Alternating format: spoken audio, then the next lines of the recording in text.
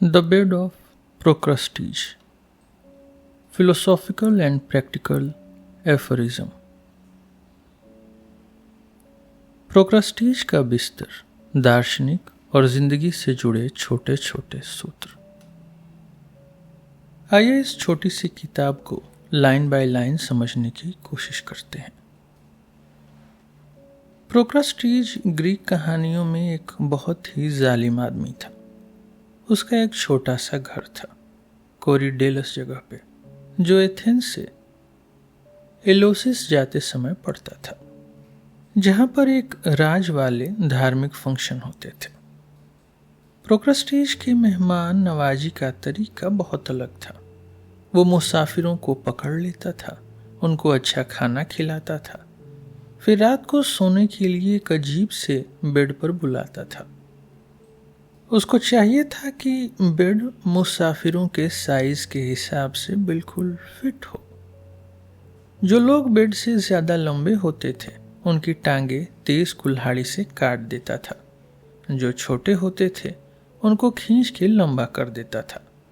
उसका असली नाम डेमस्टीज या पॉलीफेमन था, लेकिन उसको प्रोक्रेस्टिनेशन बुलाते थे। इसका मतलब है जो खींचता था। आखिर में प्रोक्रेस्टिनेशन के साथ भी वही हुआ जो वो दूसरों के साथ करता था। एक दिन एक मुसाफिर आया जो बहुत बहादुर था। उसका नाम थीसियस था, जिसे आगे जाकर मिनटोर को मारने वाला हीरो माना गया। जैसे हमेशा होता था, डिनर के बाद थीसियस ने प्रोक्रेस्टिनेशन को उसी के बेड पर सुलाया। फिर उसे बेड में फिट करने के लिए थीसियस ने उसका सिर काट दिया। यानी थीसियस ने भी वही किया जो हरकुलिस करता था, बदले का बदला। कुछ और भी डार्क कहानियों में, जैसे सूडो अपोलोडोरस की बिब्लोथिका में, प्रोक्रेस्टिनेशन के पास दो बेड थे, एक छोटा और एक बड़ा। छोटे आदमियों को वो बड़ी बेड पे सुलाता था और लंबे आदमियों को छोटे बेड पे। यहाँ जितनी भी कहावतें या सूत्र दिए गए हैं, सब एक तरह की प्रोक्रेस्टिनेशन बेड की बात कर रही हैं। हम लोग जब हमारे पास नॉलेज की लिमिट होती है, या कुछ चीज़ें हम देख नहीं पाते, या जो हम नहीं जानते, तो हम उस टेंशन को दूर करने के लिए लाइफ और दुनिया को छोटे छोटे सिंपल आइडियाज़, एकदम सीधे बॉक्सेस, सीधी ज़बान और तैयार कहानियों में घुसा देते हैं, जिसकी वजह से कभी कभी बड़ा धमाका हो जाता है और हमको खुद को भी नहीं पता होता कि हम उल्टा कर रहे हैं। बिल्कुल उस दर्जी की तरह जो परफेक्ट फिटिंग सूट देने पर गर्व करता है, लेकिन कस्टमर की बॉडी को ही काट कूट के सूट में फिट करता है। जैसे बहुत कम लोग सोच पाते हैं कि हम स्कूल के बच्चों को दवा दे के उनको सिलेबस के हिसाब से एडजस्ट करा रहे हैं, ना कि सिलेबस को उनके हिसाब से। क्योंकि कहावत जब एक्सप्लेन की जाती है तो उसका मजा खत्म हो जाता है। इसलिए अभी मैं सिर्फ हिंट दे रहा हूं कि इस किताब का मेन मुद्दा क्या है। बाकी बात मैं लास्ट में करूंगा। ये जो सोच है ये अलग अलग है, लेकिन घूम फिर के एक ही आइडिया के आसपास है कि हम अननोन चीज़ों से कैसे डील करते हैं, जिसका ज़्यादा डीप डिस्कशन मेरी दूसरी किताबों द ब्लैक स्वान और फूल्ड बाय रैंडमनेस में है। मेरा प्रोक्रेस्टिनेशन बेड का मेटाफर सिर्फ गलत बॉक्स में फिट करने का नहीं है। असल बात है कि हम गलत चीज़ को बदल देते हैं, जैसे इंसान को ही बदल देते हैं बेड के हिसाब से, ना कि बेड को।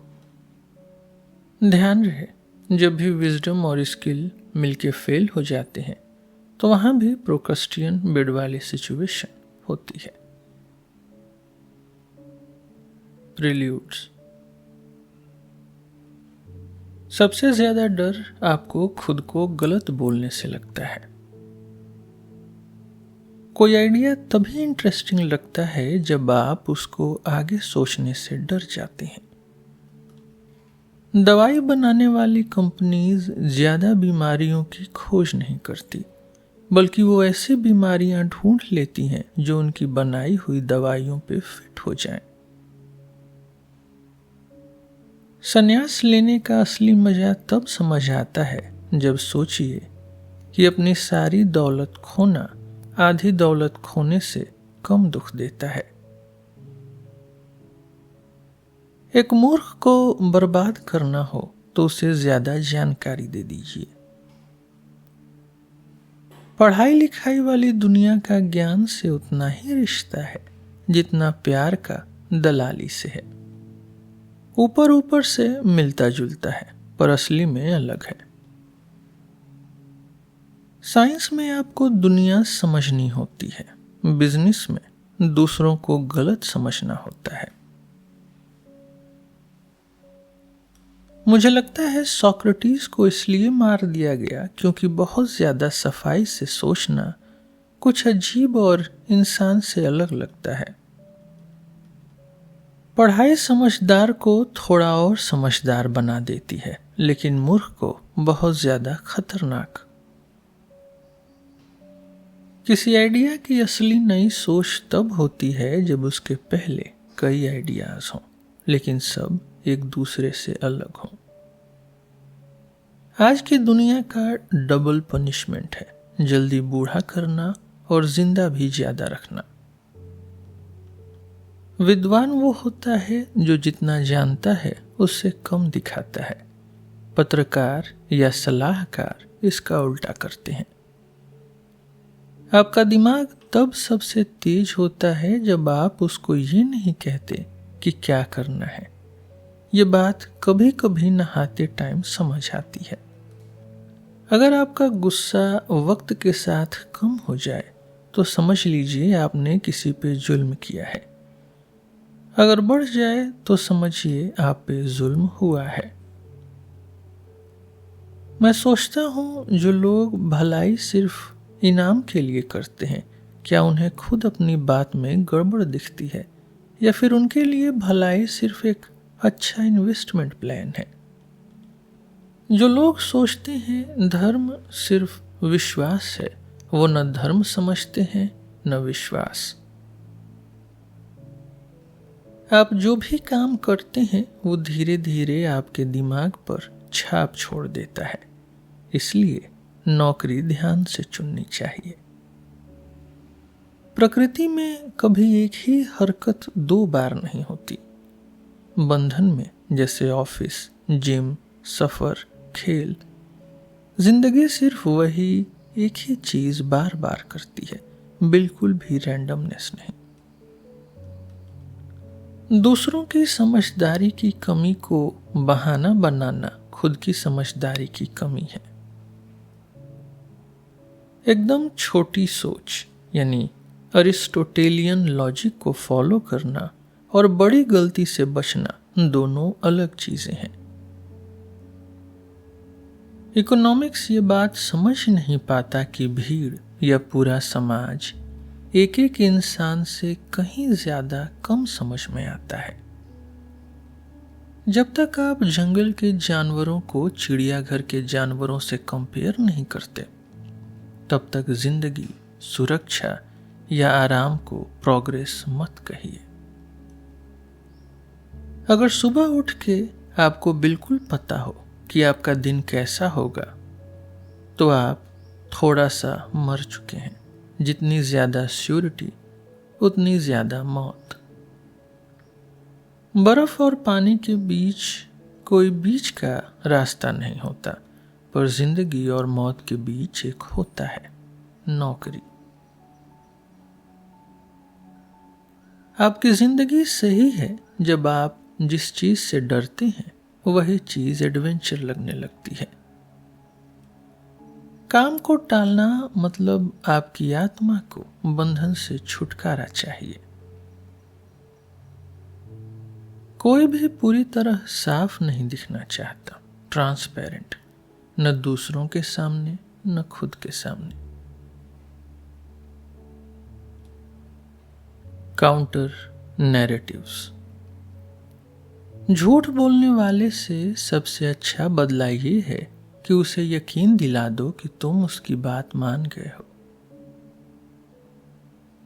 जब हम कुछ करना चाहते हैं और अंदर से पता है कि फेल होंगे, तो हम मशवरा इसलिए लेते हैं कि बाद में किसी और को दोष दे सके। जब आपको सच में ना बोलना होता है, तब ना कहना ज्यादा मुश्किल होता है। अगर आपको ना बोलना है तो एक ही बार बोलिए, 2 बार मत बोलिए। आपकी बदनामी सबसे ज्यादा तब होती है जब आप उसको बचाने के लिए कुछ बोलते हैं। बुजुर्ग होने का एक ही सच्चा मतलब है, जब आदमी अपनी बुढ़ापे की बात करना शुरू कर देता है। लोग आपसे आपकी कामयाबी, पैसा, अकल, चेहरा, औकात के लिए जलन करेंगे, लेकिन आपकी समझ के लिए बहुत कम ही जलन करते हैं। ज्यादातर जो लोग नम्रता दिखाते हैं, वो असल में अपनी अकड़ छुपा रहे होते हैं। अगर आप चाहते हैं कि लोग कोई किताब पढ़ें, तो उनको कहिए कि वो किताब ज्यादा बढ़ा चढ़ा के बोली जा रही है। जब तक सामने वाला आप पर अटैक न करे, आपने बहस नहीं जीती। जो टेम्पोररी रिश्ता, समझौता या सेटिंग होती है, वही सबसे ज्यादा टिकती है, और जो परमानेंट बोलते हैं वही सबसे जल्दी खत्म होती है। सबसे ज्यादा तकलीफ उन लोगों के साथ नहीं होती जो अनइंटरेस्टेड यानी बोर है। असली दुख तब होता है जब अनइंटरेस्टेड, बोर लोग आपको इंप्रेस करने की कोशिश करते हैं। नफरत भी प्यार ही है, बस कहीं कंप्यूटर कोड में छोटी सी गलती है जो ठीक हो सकती है, पर मिलती मुश्किल से है। मैं सोचता हूं अगर मेरा दुश्मन जाने कि मैं किसी और से नफरत करता हूं, तो क्या वो मुझसे जलन करेगा? जो इंसान हार जाता है वो अक्सर इंसानी कमियों, पागलपन और उलझन की बातें करता रहता है, पर उनका फायदा उठाने की सोचता नहीं।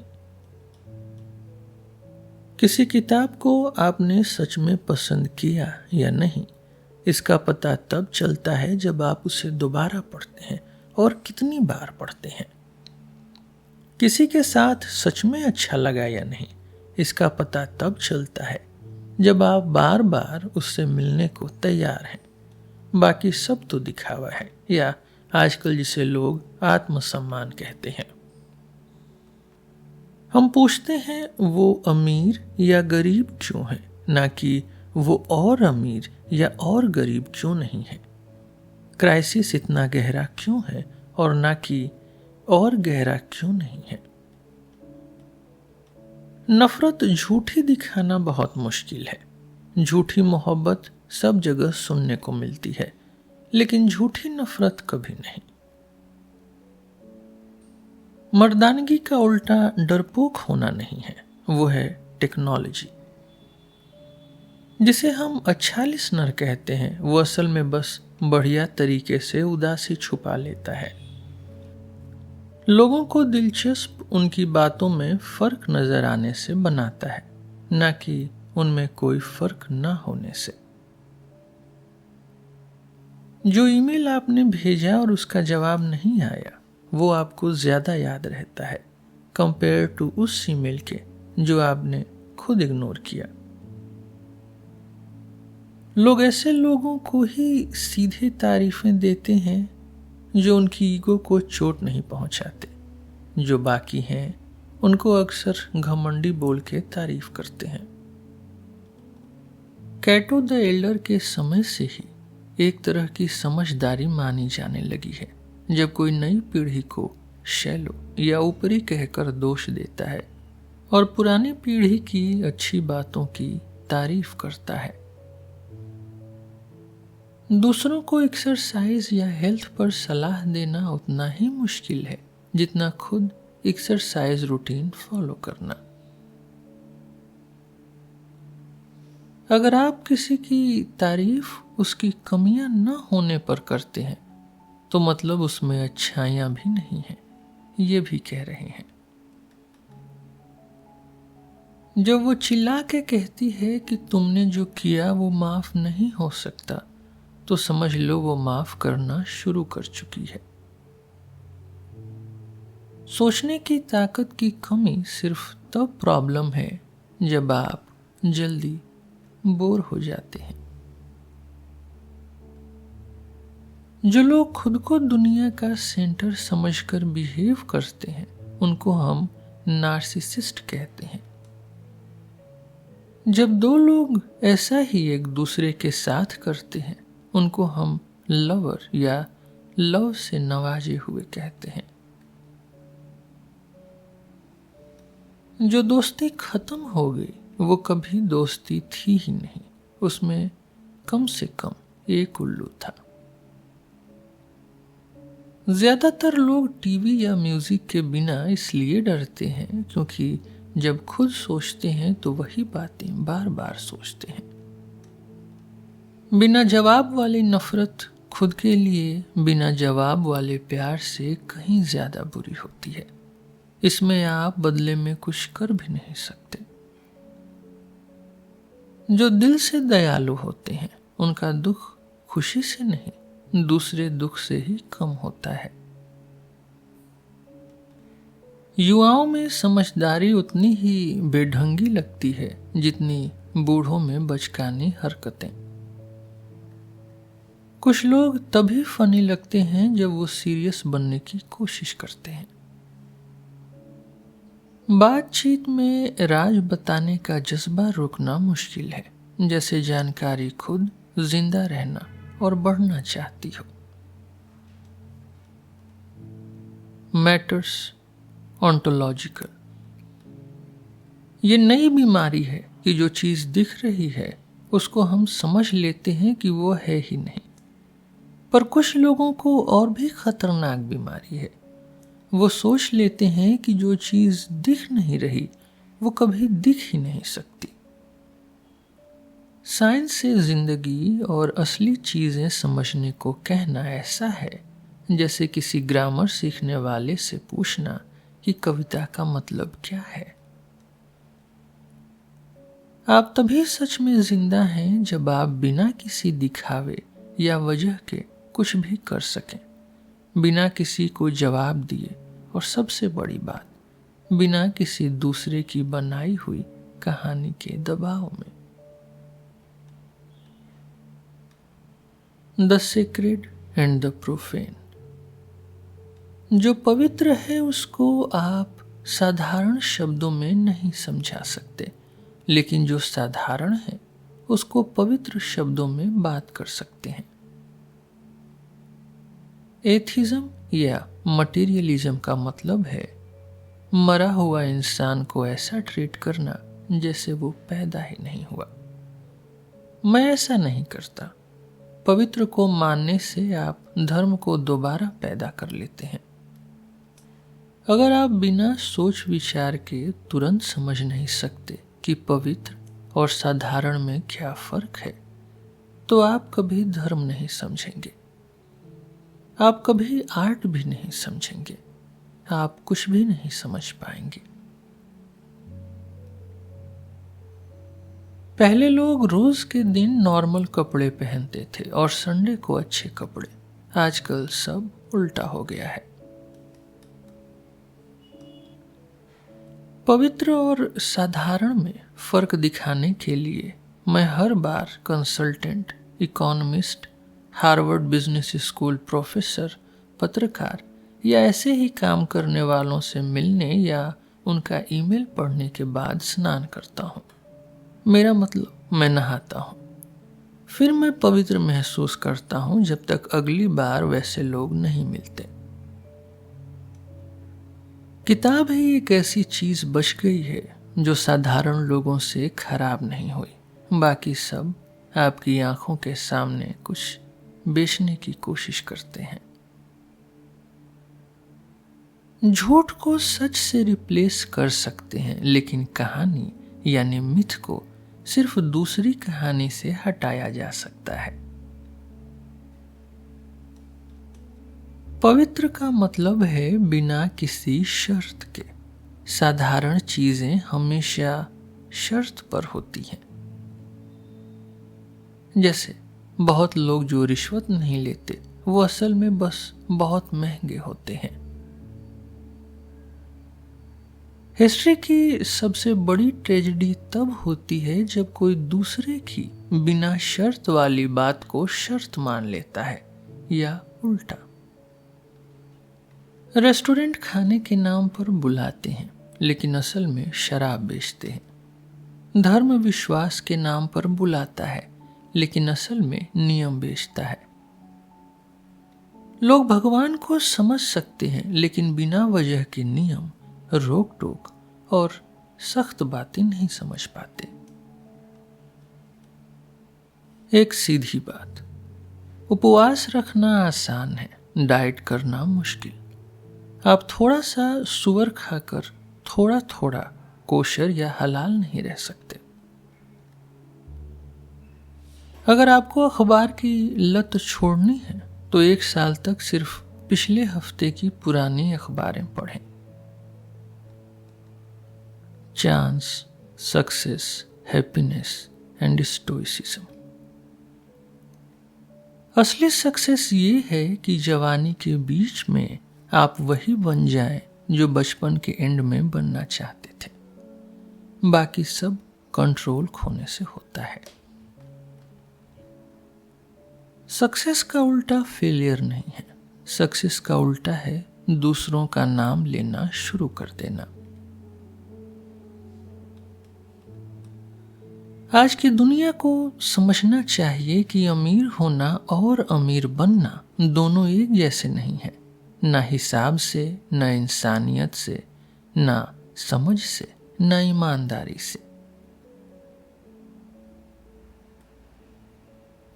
सिर्फ गुलाम बनने से बच के आप पूरी तरह आजाद नहीं होते। आपको मालिक बनने से भी बचना पड़ता है। किस्मत लालची आदमी को गरीब बना के सजा देती है और बहुत ज्यादा लालची को अमीर बना के सजा देती है। इंसान क्या सोचता है ये तब समझ आता है जब पता चलता है कि ज्यादा लोग खुदकुशी शर्म या इज्जत खोने पर करते हैं, बीमारी की वजह से नहीं। अमीर होना कोई ठोस या साफ मतलब नहीं रखता। इसकी कोई पक्की गिनती नहीं। इसके बजाय कमजोरी या कमी को देखिए, यानी इस वक्त आपके पास जो है और जो आप चाहें उसमें जो फर्क है, वही असली बात है। बुजुर्ग तब सबसे सुंदर लगते हैं जब उनमें वो होता है जो जवान में नहीं होता। शांति, ज्ञान, समझ, सोच और हीरो वाली बेचैनी की कमी।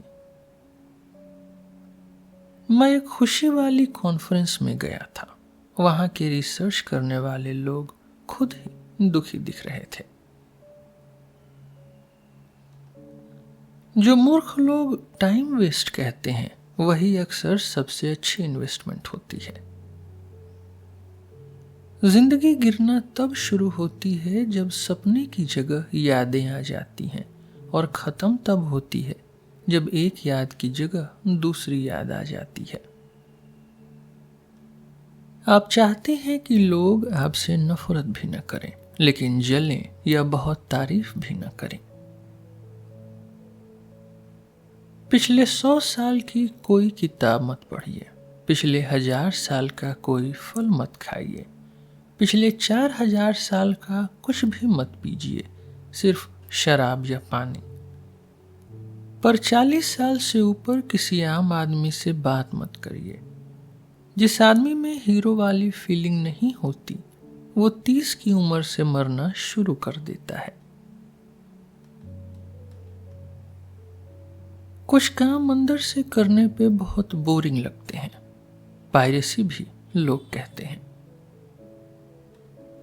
कार्ल मार्क्स एक सपना देखने वाला आदमी था। उसने समझा कि गुलाम को एम्प्लॉय समझा के उसको और अच्छा कंट्रोल किया जा सकता है। कैथोलिक देशों में पहले एक के बाद एक शादी होती थी, आज से ज्यादा, लेकिन डाइवोर्स की जरूरत नहीं पड़ती थी। लोग कम जीते थे, शादी का समय और भी छोटा होता था। सबसे जल्दी अमीर बनना है तो गरीब लोगों के साथ घूमिए, सबसे जल्दी गरीब बनना है तो अमीर लोगों के साथ घूमिए। जब आप बिना कुछ किए, बिना कुछ सीखे, बिना अपने आप को सुधारे लंबी देर तक बैठे रह सकते हैं और बिल्कुल भी गिल्टी महसूस न करें, तो समझ लीजिए आप सभ्य हो गए हैं। जो बोलता है मैं बिजी हूं, या तो वो अपनी कमजोरी और जिंदगी पे कंट्रोल न होने की बात बता रहा है, या फिर आपसे बचने की कोशिश कर रहा है। रोम और ऑटोमन के ज़माने के गुलाम और आज के नौकरी करने वालों में बस इतना फ़र्क है कि गुलामों को अपने मालिक की चापलूसी नहीं करनी पड़ती थी। आप सच में अमीर तब हैं जब जो पैसा आप ठुकरा दें वो आपको उस पैसे से ज़्यादा अच्छा लगे जो आपने लिया है। ज़्यादा लोगों के लिए सक्सेस का मतलब है एक जगह से दूसरी जगह जाना। जो पहले नफरत करते थे अब उनका खुद नफरत का शिकार बनना। देखना है कि आपको कोई जगह पसंद है या नहीं, बिना किसी मजबूरी के, तो देखिए वापस जाने पर उतनी ही खुशी होती है जितनी वहां से निकलते वक्त थी। प्यार और खुशी में फर्क ये है कि जो लोग प्यार की बात करते हैं वो अक्सर प्यार में होते हैं, लेकिन जो खुशी की बात करते हैं वो ज्यादातर खुश नहीं होते। आज की दुनिया, हमने जवानी तो बना ली बिना हीरो के, बुढ़ापा बना लिया बिना ज्ञान के, और जिंदगी बना ली बिना बड़ी बात के। किसी इंसान की बोरिंगनेस देखनी है तो उससे पूछ लीजिए कि उसे कौन इंटरेस्टिंग लगता है। इंटरनेट उन लोगों के लिए अच्छी जगह नहीं है जो अटेंशन के भूखे हैं। सोचता हूं किसी ने कभी ये मेजर किया है क्या कि एक पार्टी में हार्वर्ड से थोड़ा सक्सेसफुल आदमी कितनी देर बाद सबको बता देता है कि वो हार्वर्ड गया है। लोग रोल मॉडल ढूंढते हैं, लेकिन एंटी मॉडल ढूंढना ज्यादा सही है।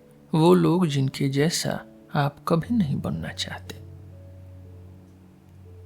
हमेशा माफी मांग लेना अच्छी आदत है, बस जब आप गलत हो तब मत मांगिए।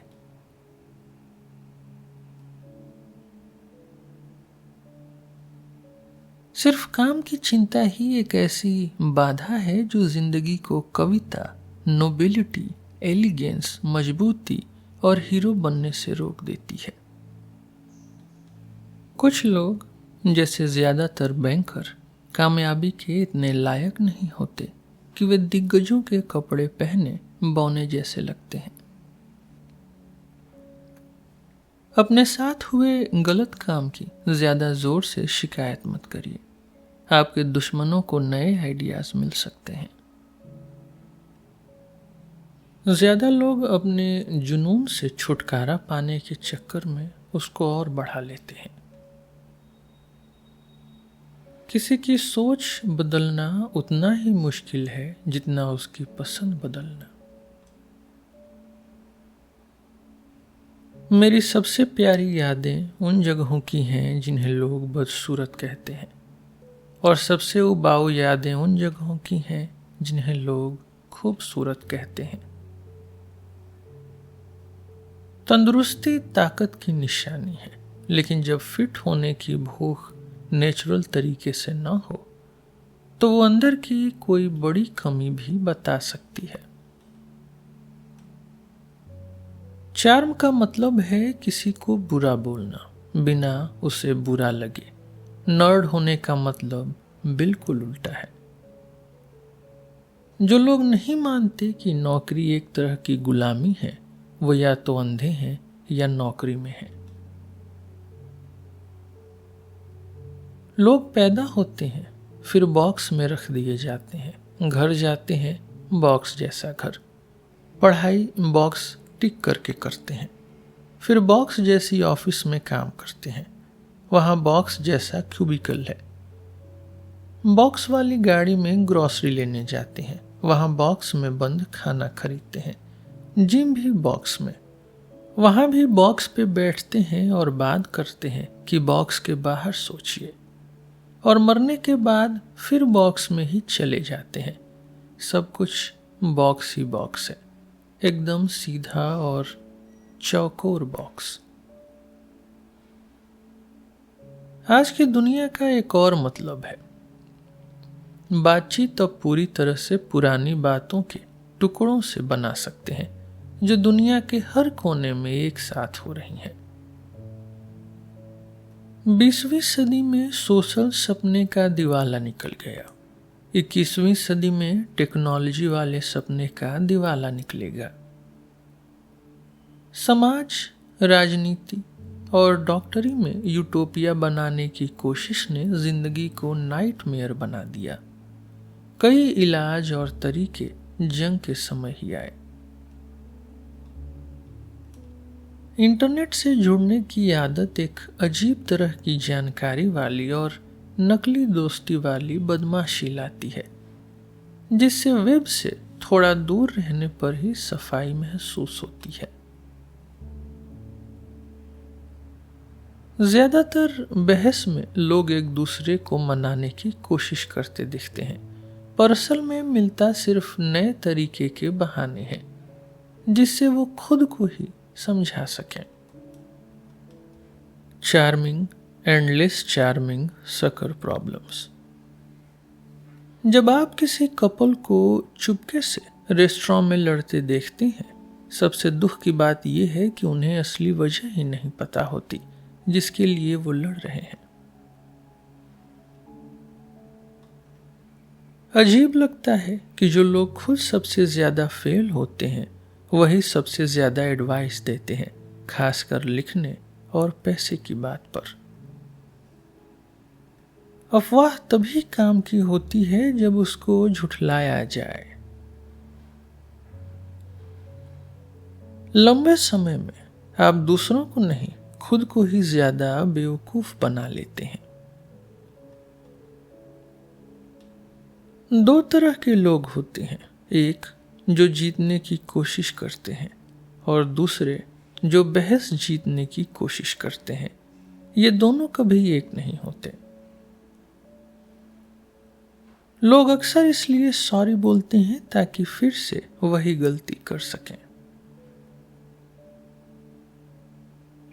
गणित यानी मैथ्स का ज्ञान से वही रिश्ता है जो नकली हाथ का असली हाथ से है। कुछ लोग असली हाथ ही काट देते हैं नकली लगाने के लिए। आज की दुनिया ने हर काम को बेवकूफ बनाने वाली कहानी बना दिया है। अब हम एक्सरसाइज के लिए चलने लगे हैं, पहले बस चलते थे बिना किसी वजह के। सोशल मीडिया असल में बिल्कुल एंटी सोशल है। हेल्थ फूड असल में सेहत के लिए अच्छा नहीं है। नॉलेज वर्कर असल में अंधकार में है और सोशल साइंस बिल्कुल भी साइंस नहीं है।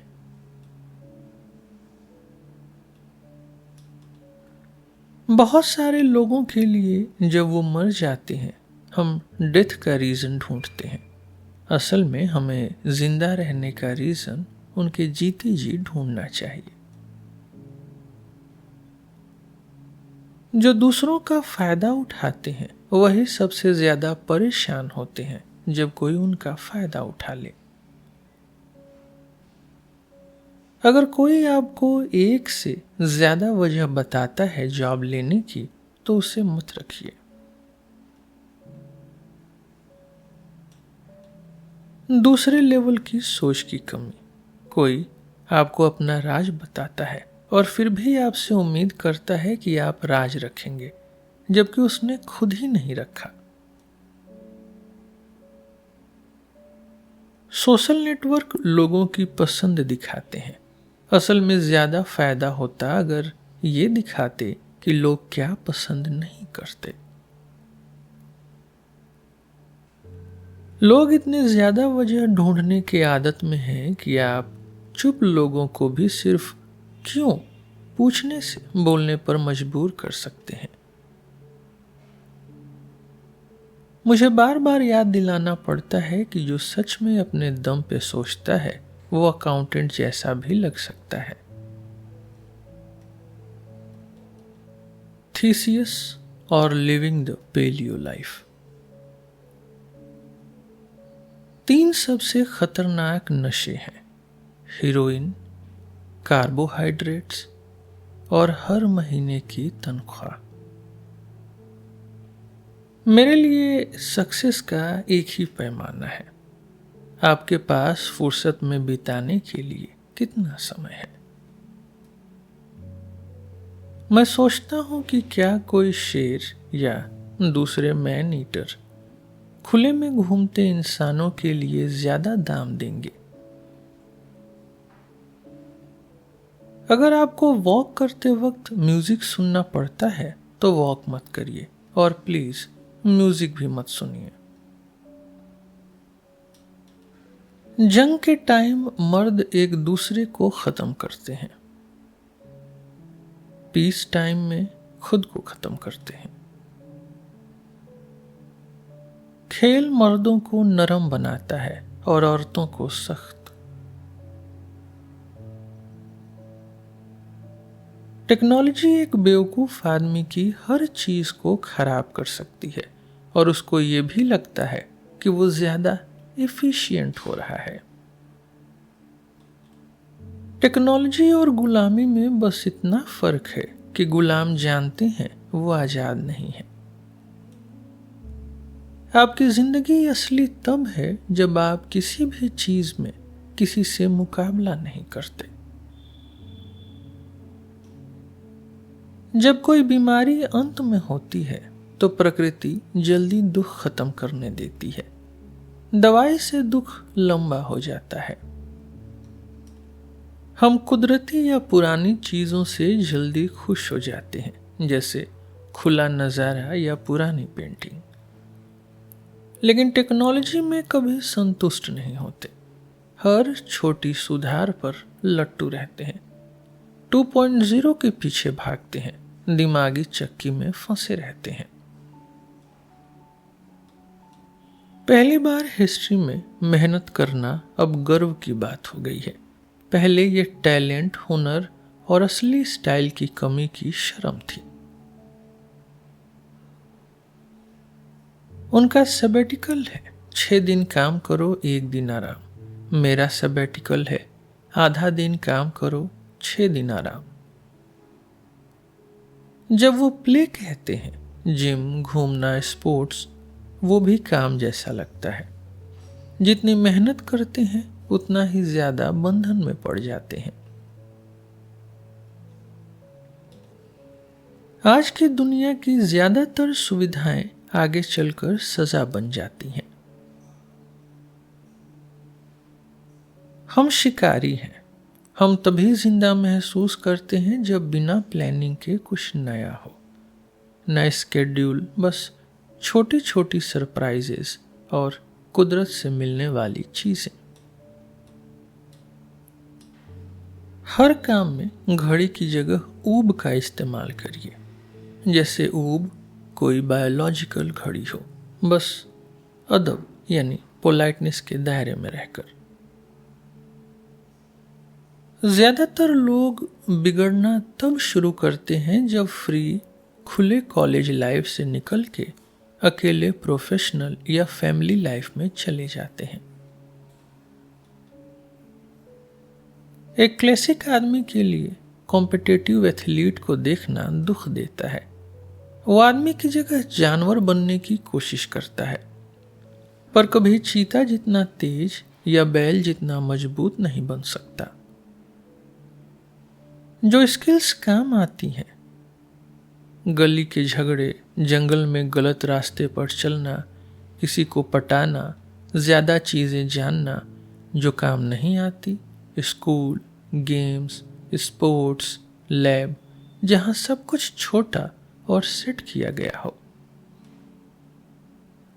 आप तभी पूरी तरह से जिंदा हैं जब आपकी बात या राइटिंग दूसरे लोगों की बातों के टुकड़ों से आसानी से नहीं बन सकती। अंग्रेजों के यहाँ कभी भी कुछ भी मौसम आ जाता है, पर फिर भी स्पेन जाते हैं क्योंकि उनका फ्री टाइम सच में फ्री नहीं होता। ज्यादातर लोगों के लिए काम और उसके साथ आने वाली चीजें जिंदगी को धीरे धीरे खत्म कर देती हैं।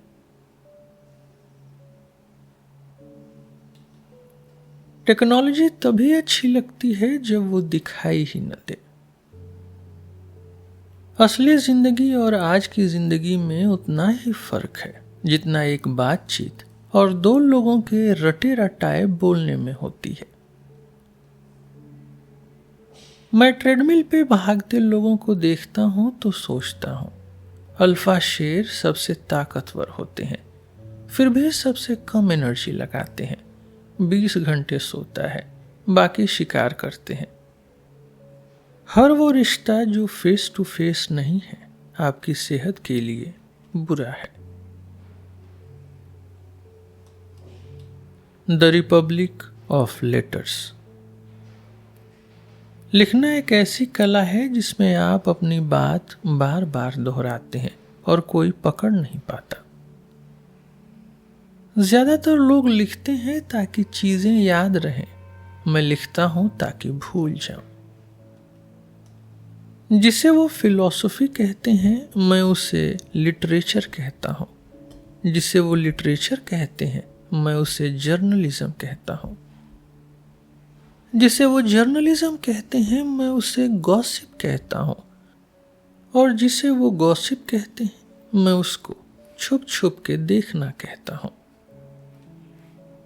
राइटर्स अपने बेस्ट काम के लिए याद किए जाते हैं, नेता अपनी सबसे बड़ी गलती के लिए, और बिजनेसमैन तो लगभग कभी याद ही नहीं आते। क्रिटिक को लगता है वो राइटर को दोष दे रहा है कि राइटर ने वो किताब नहीं लिखी जो वो पढ़ना चाहता था, पर असल में वो उसी राइटर को दोष दे रहा है कि राइटर ने वो किताब लिख दी जो क्रिटिक खुद लिखना चाहता था पर लिख नहीं पाया। लिटरेचर का मतलब क्वालिटीज दिखाना नहीं है, असल में अपनी कमियों को पॉलिश करना है। मजा चाहिए तो नाबोकोव का एक चैप्टर पढ़िए, सजा चाहिए तो 2 चैप्टर पढ़िए। जैसे बेकार सोच और लिटरेचर अलग है, वैसे ही सेल्फ हेल्प और फिलॉसफी भी अलग है। बार बार याद दिलाना पड़ता है कि असली चार्म बोलने, लिखने, दिखने से नहीं बल्कि चुप रहने से आता है। खामोशी पे कंट्रोल मास्टर होने की निशानी है। किसी भी राइटर को तब तक फेल मत समझिए जब तक वो दूसरों को लिखना सिखाना न शुरू कर दे। हार्ड साइंस बोरिंग प्रोसेस से धमाकेदार रिजल्ट देती है, फिलॉसफी धमाकेदार तरीके से बोरिंग रिजल्ट देती है, लिटरेचर धमाकेदार तरीके से धमाकेदार रिजल्ट देती है, और इकोनॉमिक्स बोरिंग तरीके से बोरिंग रिजल्ट देती है। अच्छी कहावत आपको बिना बात शुरू किए ही लास्ट बात बोलने का मौका देती है। जैसे कुछ लेखक लिखने के बाद खुश होते हैं और कुछ लिखते वक्त, वैसे ही कुछ किताबें पढ़ते वक्त मजा देती हैं और कुछ बस पढ़ लेने के बाद। जीनियस वो है जिसके फॉल्ट्स उसकी अच्छाई से भी मुश्किल से कॉपी हो पाते हैं। नॉर्मल किताब हो तो टेक्स्ट पढ़िए, फुट नोट्स को स्किप करिए। एकेडमिक्स की किताब हो तो फुट नोट्स पढ़िए, टेक्स्ट स्किप करिए। बिजनेस की किताब हो तो दोनों स्किप करिए।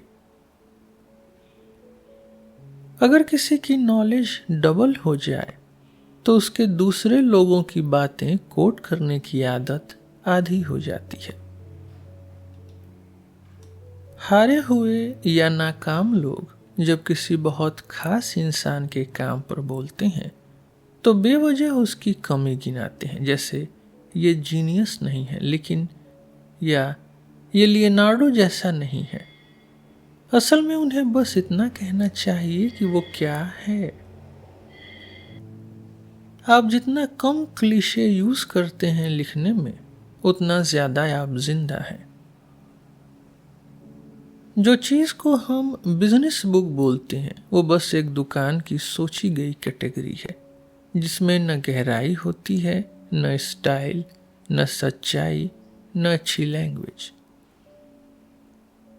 जैसे कवि और आर्टिस्ट पैदा होते हैं, बनाए नहीं जाते, वैसे ही ब्यूरोक्रेट भी पैदा ही होते हैं। आम आदमी के लिए ऐसे उबाऊ काम पे ध्यान देना बहुत मुश्किल होता है। स्पेशलिस्ट बनने की कीमत ये है कि आर्किटेक्ट दूसरे आर्किटेक्ट को इम्प्रेस करने के लिए बिल्डिंग बनाता है। मॉडल दूसरी मॉडल को पतला दिखाने के लिए पतली होती है। एकेडमिक्स दूसरे एकेडमिक्स के लिए लिखते हैं। फिल्म मेकर दूसरे फिल्म मेकर को इम्प्रेस करते हैं। पेंटर आर्ट डीलर को दिखाते हैं, लेकिन जो ऑथर बुक एडिटर को इम्प्रेस करने के लिए लिखते हैं वो फेल हो जाते हैं।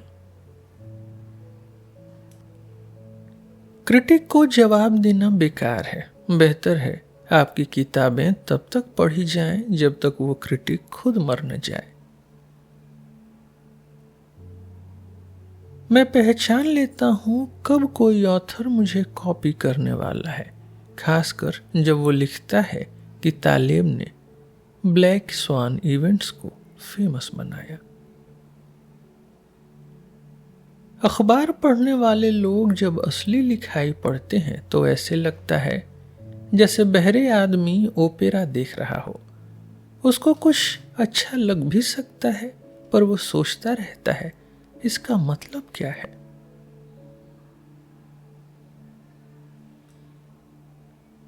कुछ किताबें समराइज ही नहीं की जा सकती। असली लिटरेचर, पोएट्री, कुछ को 10 पेज में बंद किया जा सकता है, बाकी को तो 0 पेज में ही खत्म समझिए।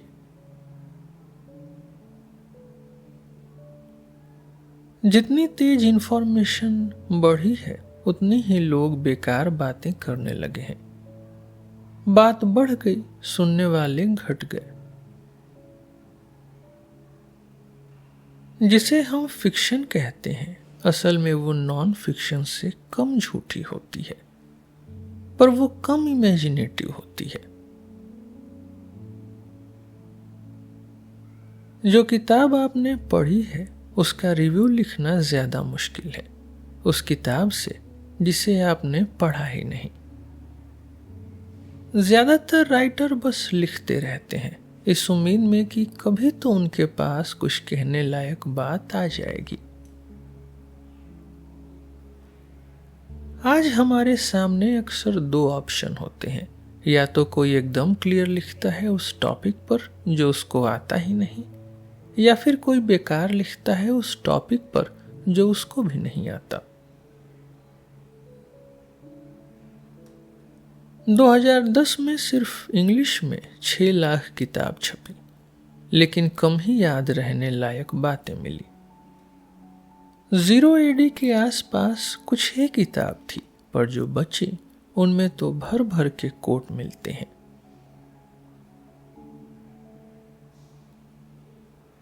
पहले ज्यादातर लोग अनपढ़ थे।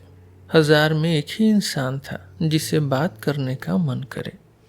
आज पढ़ाई ज्यादा हो गई है, पर मीडिया, फाइनेंस, प्रोग्रेस की वजह से अब सिर्फ 10,000 में एक मिलता है। हम बिना सोचे समझे बॉक्स से बाहर ज्यादा अच्छा कर लेते हैं, लेकिन जब सोच समझ के बॉक्स से बाहर सोचना हो तो नहीं होता। आधा शकरहुड, आधा बेवकूफपन यही है कि हम नहीं समझते कि जो चीज़ हमें पसंद नहीं वो किसी और को बहुत पसंद हो सकती है, और बाद में शायद हमें भी, और इसका उल्टा भी। एक एक्शन वाले आदमी की तरह सोचना कम खतरनाक है कंपेयर टू एक सोचने वाले आदमी की तरह काम करना। लिटरेचर तभी जिंदा रहता है जब वो बुराइयां, कमियां, कमजोरियां और उलझनें छुपाता है। जैसे ही उसमें उपदेश आ जाता है, लिटरेचर मर जाता है।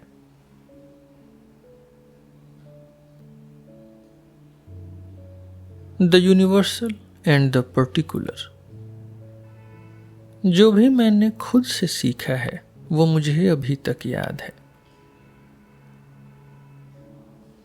नॉर्मल दिमाग कहानियों या हालत में मिलती जुलती चीजें ढूंढते हैं, तेज दिमाग फर्क पकड़ते हैं। यूनिवर्सल और पर्टिकुलर का फर्क समझना हो तो सोचिए कि कुछ लोग पूरी भीड़ को इम्प्रेस करने से ज़्यादा एक खास इंसान को इम्प्रेस करने के लिए अच्छा तैयार होते हैं। हम बिना सोचे समझे दोस्तों के साथ अपनी मिलती जुलती बातें बढ़ाकर दिखाते हैं, अजनबी के साथ अपनी अलग बातें और दुश्मन के साथ पूरा फर्क। बहुत लोग इतने बेकार हैं कि हिस्ट्री इसलिए पढ़ते हैं ताकि वही गलतियां दोबारा कर सकें। दुनिया में कोई भी ऐसी चीज नहीं जो आमतौर पर बुरी मानी जाती हो पर किसी खास हालत में फायदेमंद न हो सके, और कोई ऐसी चीज नहीं जो आमतौर पर अच्छी हो पर किसी मौके पर नुकसान न दे सके। जितना सिस्टम मुश्किल उतना ही यूनिवर्सल का मतलब कमजोर। मूर्ख आदमी एक खास बात को सब पे लगा देता है, नर्ड सब पे लगने वाली बात को सिर्फ एक पे लगा देता है। कुछ दोनों करते हैं, समझदार दोनों नहीं करते। आप चाहते हैं कि आप अपने तरीके के रहें, अलग रहें, लेकिन सोसाइटी यानी स्कूल, रूल, जॉब, टेक्नोलॉजी ये सब चाहती हैं कि आप सब जैसे बन जाइए, इतने कि आपका सब कुछ ही काट दिया जाए। असली प्यार वही है जहां खास इंसान की जीत होती है सब पर, और बिना शर्त के प्यार जीत जाता है हर शर्त पर।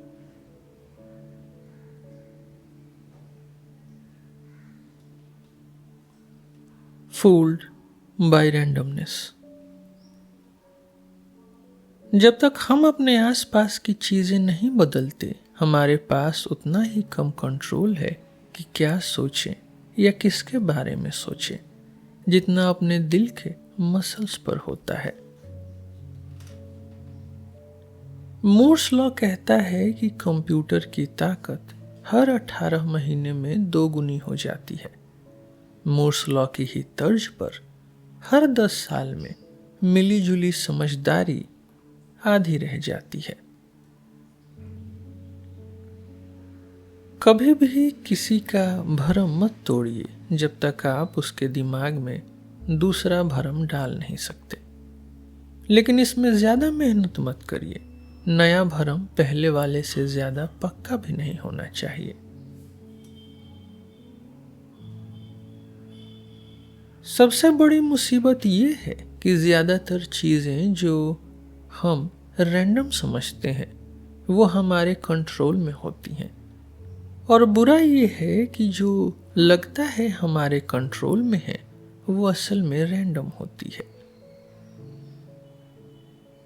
मूर्ख अपने आप को सबसे अलग समझता है और दूसरों को एक जैसे, समझदार अपने आम को आम समझता है और दूसरों को सबसे अलग। दवाइयों ने लोगों को इतने साल तक इसलिए बेवकूफ बनाया क्योंकि उसकी कामयाबी सबको दिखाई जाती थी और गलतियां सचमुच में जमीन के नीचे दफन हो जाती थी।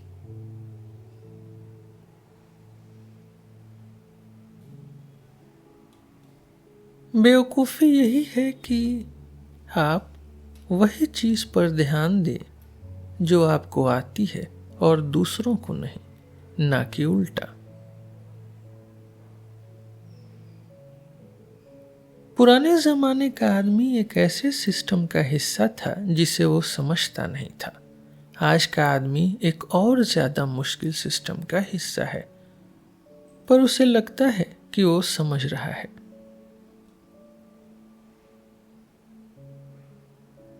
आज की इंफॉर्मेशन वाली दुनिया की सबसे बड़ी मुसीबत यह है कि डेटा का जहर उसके फायदे से कहीं ज्यादा तेज बढ़ता है।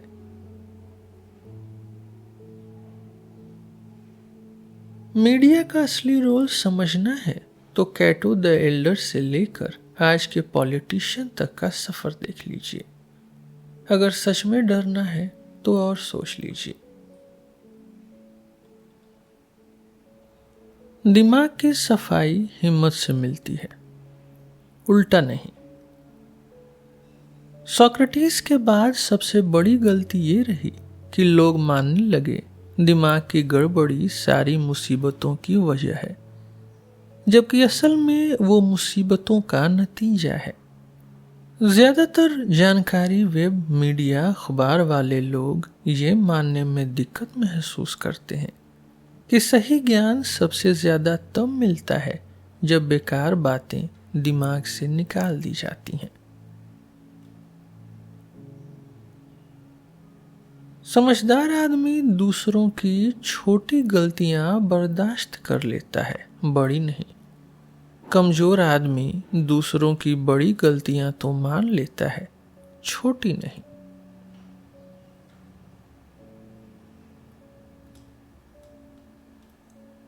रैंडमनेस बिल्कुल वैसी लगती है जैसे कोई अजीब, छुपी हुई या समझ न आने वाला ऑर्डर, लेकिन ऑर्डर भी बिल्कुल वैसा लगता है जैसे अच्छी तरह से बनाई गई रैंडमनेस।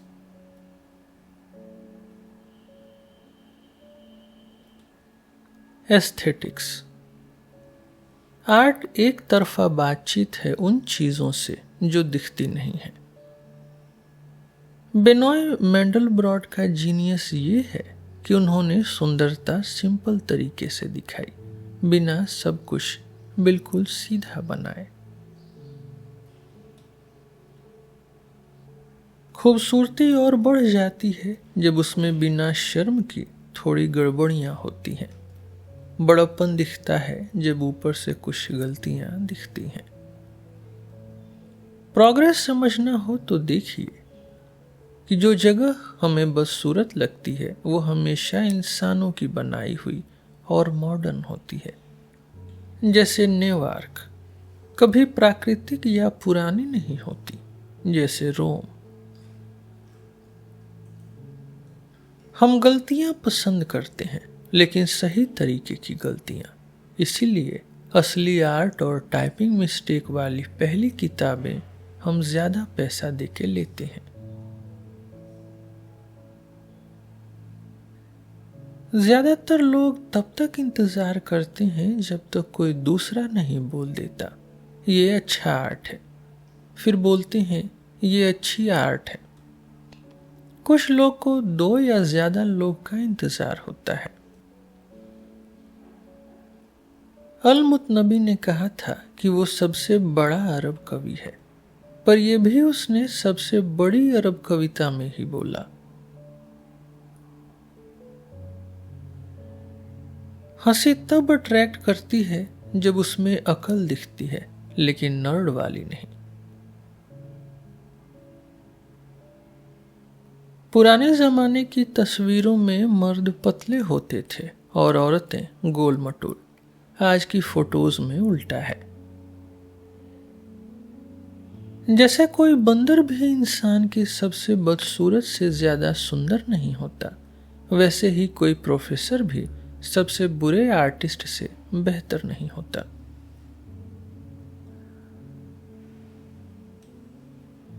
अगर किसी कवि को छेड़ना हो तो उसकी कविता समझा दीजिए। एथिक्स। अगर आपको अपनी दोस्ती की कोई वजह दिख जाए तो समझ लीजिए वो असली दोस्ती नहीं है। मेरा सबसे बड़ा प्रॉब्लम आज की दुनिया से ये है कि एथिक्स और कानून अलग होते जा रहे हैं। जिंदगी की खूबसूरती ये है कि कभी कभी आपके साथ सबसे बड़ी मेहरबानी कोई ऐसा करता है जिससे कुछ लेने देने का मतलब भी नहीं होता।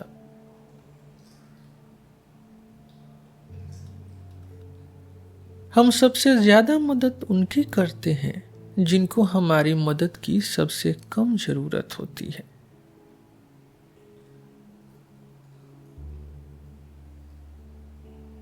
किसी इंसान की असली वैल्यू देखनी हो तो सोचिए, पहली बार मिलने पर वो कितना इम्प्रेस कर गया था और अब कितना करता है।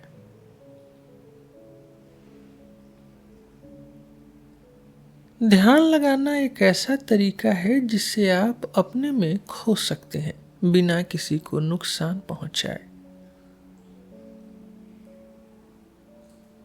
असली विनम्रता तब होती है जब आप खुद को दूसरों से ज्यादा सरप्राइज कर दें। बाकी सब या तो शर्म है या अच्छी मार्केटिंग।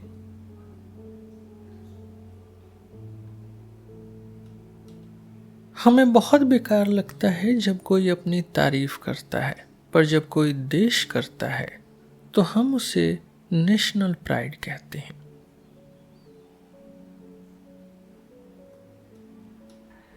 आप सिर्फ उन्हीं लोगों को मना सकते हैं जो सोचते हैं कि उन्हें आपसे कुछ फायदा हो सकता है। असली ग्रेटनेस, असली बड़प्पन वहीं से शुरू होता है जब नफरत की जगह आप शराफत से नजरअंदाज करना सीख जाते हैं। उन लोगों पर ज्यादा भरोसा करिए जो लेट के या खड़े होके काम करते हैं, उनसे ज्यादा जो बैठ के करते हैं। असली भलाई की ट्रेजेडी ये है कि जितनी सीधी, बोरिंग, बेकार और प्रवचन वाली बात होती है उतनी ही मुश्किल से फॉलो होती है। सबसे कंजूस आदमी भी मशवरा देने में माहिर होता है। अगर आप मुझसे झूठ बोल रहे हैं तो झूठ बोलते रहिए, अचानक सच बोलकर मुझे हर्ट मत करिए। जो आदमी इनकम पे डिपेंड करता है उस पे भरोसा मत करिए, सिवाय तब जब बस मिनिमम वेज वाला हो तो ठीक है। आप अपनी ताकत से ज्यादा दिन जी सकते हैं पर अपनी समझ से नहीं। कमजोर आदमी सिर्फ अपनी जरूरत के लिए काम करता है, मजबूत आदमी अपने फर्ज के लिए। धर्म और इथिक्स पहले कहते थे अच्छा करो तो स्वर्ग मिलेगा, फिर कहने लगे जब तक अच्छा करो तब तक स्वर्ग। अब कहते हैं पहले वादा करो कि अच्छा करोगे। उन्हें हीरो मत कहिए जिनके पास और कोई ऑप्शन ही नहीं था। कुछ लोग आपका दिया हुआ याद रखेंगे, कुछ लोग आपका न दिया हुआ भी याद रखेंगे। एथिकल आदमी अपना काम अपने विचारों के हिसाब से करता है, ना कि अपने विचार काम के हिसाब से बदलता है। ऐसा पहले ज्यादा होता था और बहुत कम है।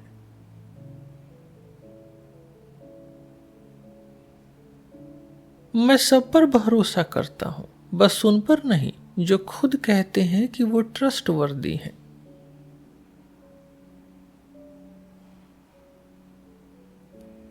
अक्सर लोगों को अपनी तारीफ दिखाना कम कर देना चाहिए और जिंदगी में किसी ऐसा इंसान या जानवर को होना चाहिए जिसे इम्प्रेस करने की जरूरत न पड़े।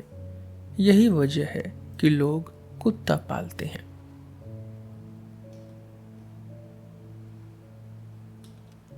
असली भलाई तब होती है जब आप उनकी मदद करें जो कभी शुक्रिया नहीं कहते। बाकी सब बस अपने काम की भलाई है। मैं सोचता हूं, क्या चोर समझ सकते हैं कि ईमानदार लोग भी उनसे तेज हो सकते हैं?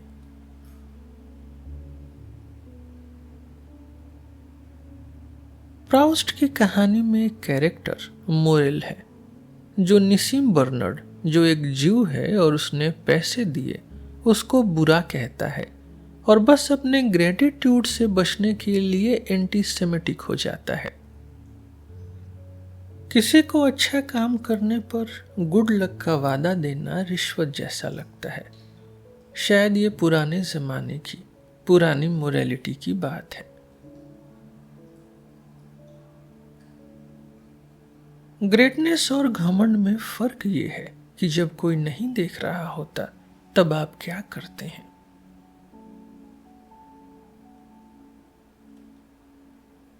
नेशन स्टेट का मतलब है भेदभाव बिना पॉलिटिकल गलती के।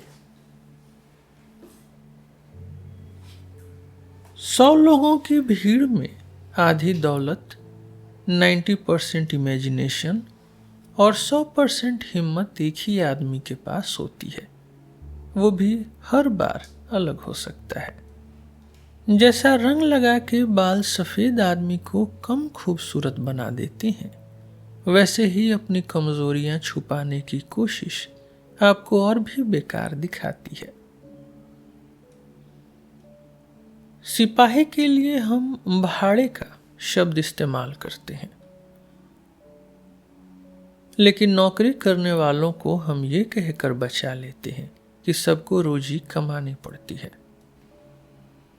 इंग्लिश में कोई फर्क नहीं है ऊपर वाले को घमंड दिखाना और छोटे आदमी पे घमंड दिखाने में। अगर आपके क्लास का कोई आदमी गरीब हो जाता है तो वो आपको ज्यादा चुभता है कंपेयर टू हजारों भूखे लोग जो आपके क्लास के बाहर हैं। Robustness and fragility. आप बस तभी सच में सुरक्षित हैं जब आपकी सारी दौलत चली जाए और आपको मजबूरी में झुकना न पड़े या अपमान सहना न पड़े। किसी की बदनामी झेलने की ताकत जांचनी है तो उसे सबके सामने पूछिए, क्या तुम अब भी परेशान हो या क्या तुम अब भी पैसे हार रहे हो, और उसका चेहरा देखिए। मजबूती वही है जिसमें आगे बढ़ना तो हो लेकिन अधीरता न हो। अगर दो चीजों में फंसे हैं तो कोई भी मत चुनिए। देश को जंग पसंद है, शहर को व्यापार, परिवार को स्थिरता और इंसान को मस्ती। मजबूत वही है जिसे अपने काम को पसंद करने वाले कुछ लोगों की ज्यादा परवाह हो और नापसंद करने वाले बहुत सारे लोगों की कम, जैसे कलाकार। कमजोर वही है जिसे अपने काम को नापसंद करने वाले कुछ लोगों की ज्यादा परवाह हो और पसंद करने वाले बहुतों की कम, जैसे नेता।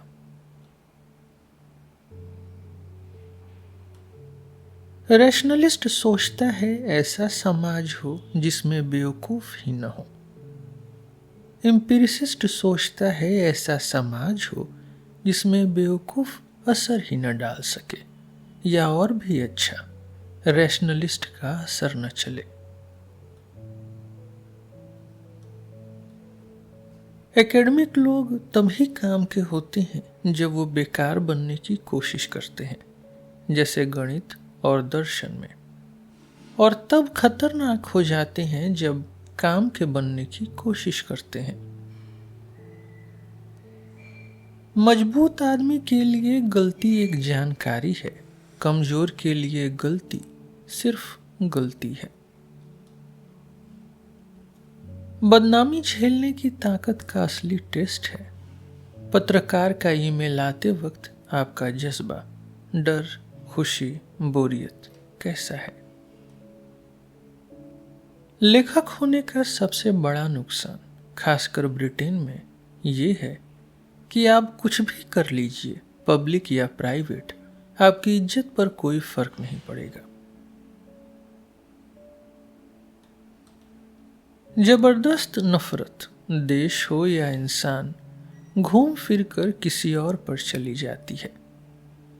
औसत लोग एक से ज्यादा दुश्मन नहीं झेल सकते, इसीलिए लड़ने वाले छोटे छोटे राज, जहां दोस्त दुश्मन बदलते रहते हैं, वो सिस्टम ज्यादा मजबूत है। मुझे ये बेईमानी लगती है और गड़बड़ी भी कि कोई बड़ा सरकारी सिस्टम नापसंद करे लेकिन बड़ी कंपनी पसंद करे, पर उल्टा होना अजीब नहीं। कितनी बार हुआ है कि ट्रांस अटलांटिक फ्लाइट में आप 1, 3 या 6 घंटे लेट पहुंचे, बजाय इसके कि जल्दी पहुंचे। इसलिए खर्चे हमेशा सोचे गए से ज्यादा होते हैं, कम, बहुत कम।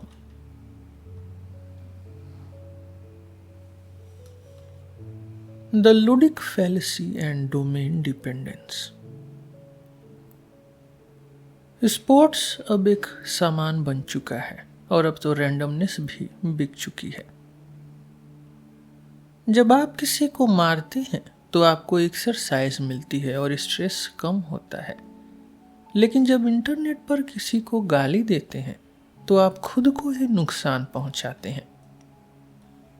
जैसे एकदम सीधी चीजें, स्पोर्ट्स और एक ही काम दिमाग और शरीर को पुराना बना देता है, वैसे ही कॉम्पिटिटिव पढ़ाई सोल को पुराने पत्थर जैसा कर देती है। वो मानते हैं कि चेस की प्रैक्टिस सिर्फ चेस में ही काम आती है, पर वो ये नहीं मानते कि स्कूल की प्रैक्टिस भी सिर्फ स्कूल के काम आती है। दुबई के होटल पहुंचते ही एक बिजनेसमैन ने कुली से अपना सामान उठवाया। कुछ देर बाद वही आदमी जिम में फ्री वेट उठा रहा था।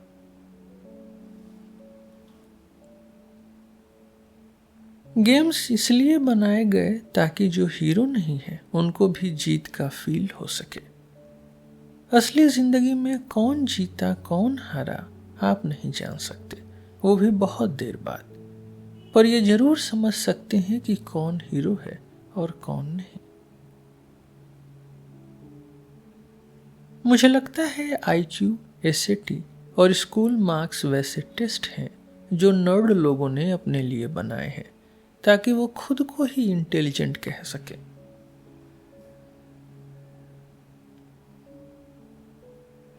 वो गिब्बन की डिक्लाइन और फॉल ई-रीडर पे पढ़ लेते हैं, लेकिन स्टाइरोफोम कप में बड़ी वाली वाइन पीने से मना कर देते हैं।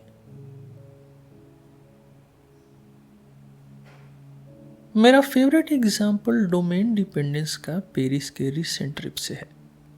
लंच में मेरे दोस्तों ने फ्रेंच रेस्टोरेंट में सैल्मन खाया, उसका छिलका फेंक दिया। डिनर में सुशी बार पे वही दोस्त सैल्मन का छिलका खाने लगे, अंदर का सैल्मन फेंक दिया। फ्रेजिलिटी ये है कि हमने धीरे धीरे हिम्मत को जंग से अलग कर दिया है। अब कंप्यूटर चलाने वाले कमजोर लोग बिना कोई रिस्क लिए लोगों को मार सकते हैं।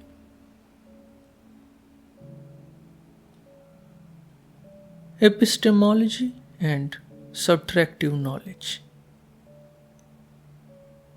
प्लेटो के समय से वेस्ट की सोच और ज्ञान की थियरी सिर्फ ट्रू फॉल्स पर अटकी हुई है। अब टाइम आ गया है कि सोच को रोबस्ट फ्रेजाइल पे शिफ्ट करें और सोशल नॉलेज को असली प्रॉब्लम पर लाएं, सकर या नॉन सकर। ज्ञान की सबसे बड़ी प्रॉब्लम ये है कि बर्ड्स पर लिखी बुक्स तो साइंटिस्ट लिखते हैं, लेकिन बर्ड्स खुद पर बुक्स नहीं लिखते, ना ही बर्ड्स ने साइंटिस्ट्स पर बुक लिखी है।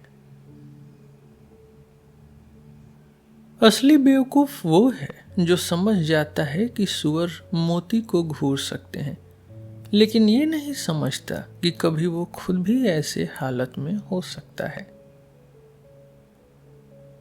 बहुत ज्यादा अकल और खुद पर कंट्रोल चाहिए, ये मानने के लिए कि कई चीजें ऐसी होती हैं जिनमें अपनी समझ से भी ज्यादा तेज लॉजिक होता है, पर वो हमें समझ नहीं आता।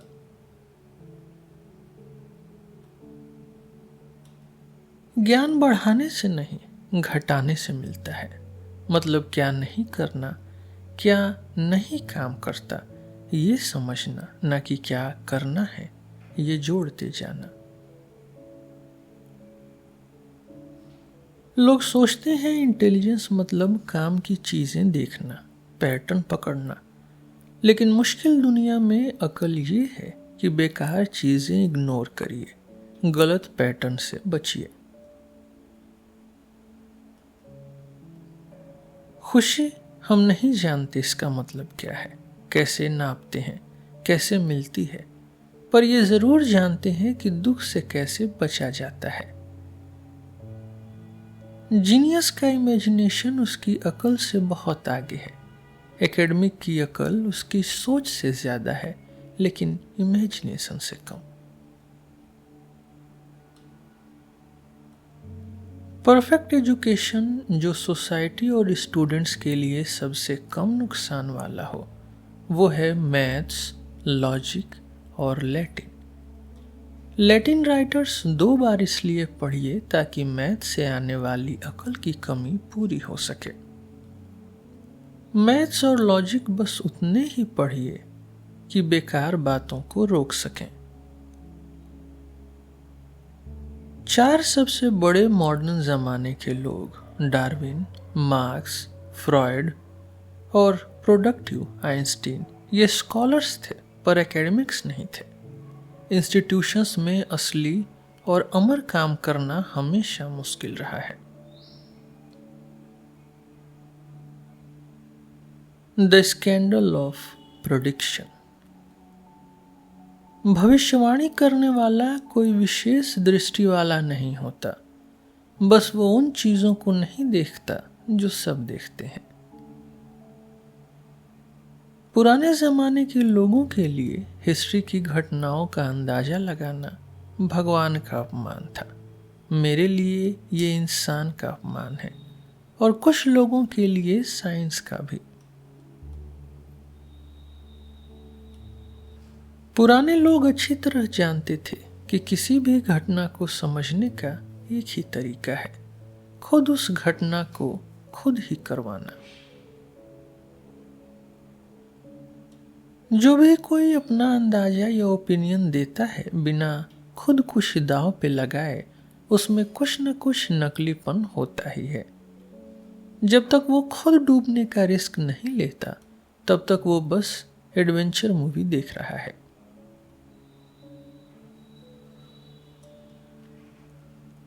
अगर उन्हें बताया जाए कि सेमेटिक भाषाओं में फोरकास्ट और प्रोफेसी दोनों का शब्द एक ही है, तो शायद लोग भविष्यवाणी को थोड़ा ज्यादा सीरियसली लेंगे। सेनेका के लिए स्टोइक आदमी को तब पब्लिक लाइफ से अलग हो जाना चाहिए जब कोई सुन नहीं रहा हो या राजनीति बिल्कुल खराब हो चुकी हो। समझदारी इसी में है कि खुद बर्बादी होने का इंतजार करे। Being a philosopher and managing to remain one। Philosopher बनना है तो चलना बहुत धीरे धीरे शुरू करिए, असली मैथमेटिशियन को कंप्लीटनेस समझ आती है, असली फिलोसोफर को इनकम्प्लीटनेस समझ आती है, बाकियों को कुछ भी सच में समझ नहीं आता। पिछले 2500 साल में कोई भी इंसान ऐसा नहीं आया जो प्लेटो की सोच, गहराई, खूबसूरती, हंसी और इमेजिनेशन तक पहुंच सके ताकि हमें प्लेटो के असर से बचा सके। मुझे प्लेटो की बात पर इतनी सोच क्यों रहती है? ज्यादातर लोग अपने पुरखों को पीछे छोड़ना चाहते हैं। प्लेटो ने सभी आने वालों को पीछे छोड़ दिया। फिलोसोफर बनना मतलब लंबी वॉक, सिर्फ सोच से और सिर्फ लॉजिक से समझना वो सब जो दूसरे सिर्फ अपनी गलती, परेशानी, हादसे या बर्बादी से समझ पाते हैं। इंजीनियर हिसाब लगा सकते हैं पर डिफाइन नहीं कर सकते। मैथमेटिशियन डिफाइन कर सकते हैं पर हिसाब नहीं लगा सकते। इकोनॉमिस्ट दोनों नहीं कर सकते।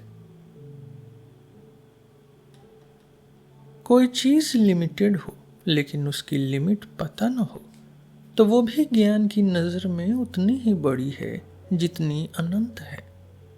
इसको ही एपिस्टेमिक इन्फिनिटी कहते हैं। अगर आप जानबूझ के अनजान रह सकते हैं तो आपकी दुनिया बढ़ जाती है, चीजें अनंत हो सकती हैं। पुराने जमाने में फिलॉसफी का ज्ञान सुख की जिंदगी का रिजल्ट था। मेरे लिए सुख की जिंदगी फिलॉसफी का रिजल्ट है।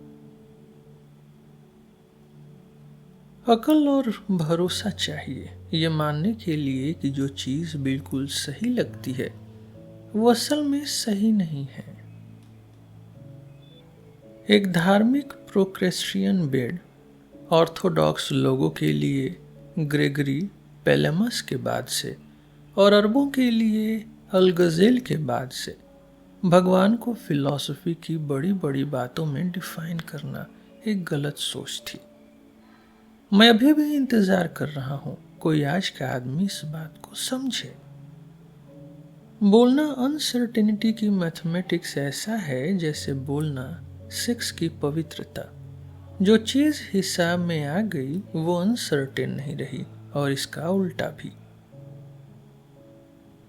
दुख की बात है हम सबसे ज्यादा सीखते हैं मूर्खों, इकोनॉमिस्ट और गलत एग्जाम्पल वालों से, पर उनको बदले में सबसे ज्यादा नजरअंदाज करते हैं।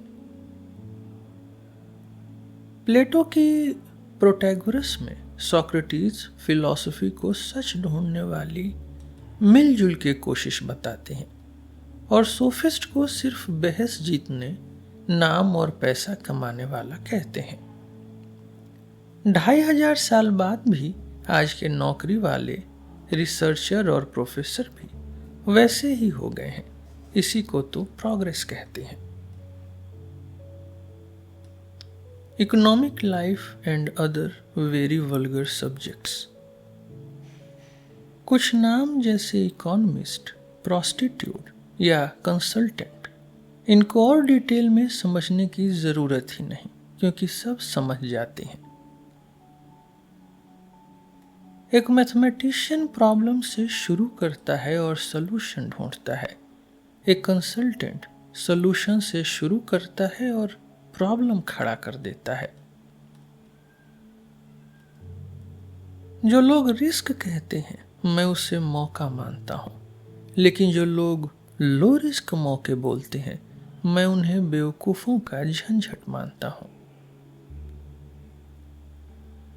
ऑर्गेनाइजेशंस बिल्कुल उन लोगों की तरह हैं जो कॉफी पी के बिना सोचे उल्टा भाग रहे हैं। बस उन्हीं की बात होती है जो गलती से सही जगह पहुंच जाते हैं। अगर आप देखना चाहते हैं कि कोई बहुत ही मूर्ख है या बहुत ही समझदार, तो देख लीजिए कि उसको फाइनेंशियल या पॉलिटिकल न्यूज़ सही लगती है या नहीं।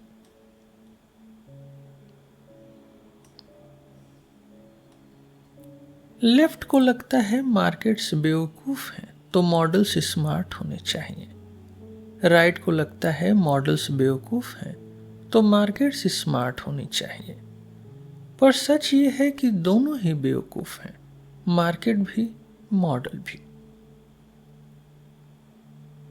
इकोनॉमिक्स एक मरे हुए तारे की तरह है जो अब भी रोशनी देता दिखता है पर असल में मर चुका है।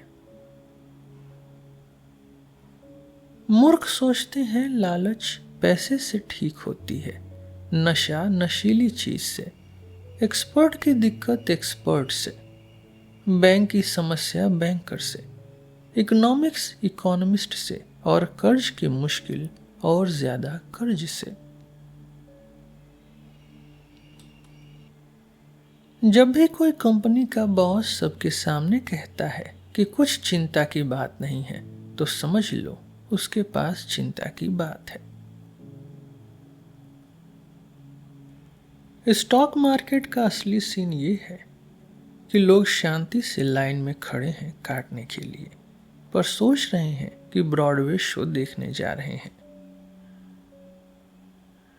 सरकारी बेलआउट्स और स्मोकिंग में फर्क ये है कि कभी कभी ये मेरी आखिरी सिगरेट है सच हो सकती है। हमारी कमजोरी ये है कि संस्थाओं में वो गुण नहीं आ सकते जो इंसानों में होते हैं, ईमानदारी, सच्चाई, हिम्मत, वफादारी और जिद। सबसे बुरा नुकसान तब होता है जब काबिल लोग अच्छा करने की कोशिश करते हैं। सबसे अच्छी सुधार तब आई है जब नाकाबिल लोग बिना कुछ सोचे अच्छा कर बैठे। बैंक्स और माफिया में फर्क ये है, बैंक्स को कानून का ज्यादा ज्ञान है पर माफिया को पब्लिक की सोच का ज्यादा ज्ञान है। लोगों को बेवकूफ बनाना बिलियंस में आसान है, मिलियंस में मुश्किल। मॉस्को के एक पैनल में मैंने इकोनॉमिस्ट एडमंड फिलिप्स को देखा जिसे नोबेल मिला उस लिखाई के लिए जो कोई पढ़ता नहीं, उस थियरी के लिए जो कोई यूज नहीं करता और उन लेक्चर्स के लिए जो कोई समझता नहीं। साइंटिफिक अप्रोक्सीमेशन की एक बड़ी गलती नॉन लीनियर दुनिया में ये है कि एक्सपेक्टेशन का एवरेज की एक्सपेक्टेशन से अलग होता है।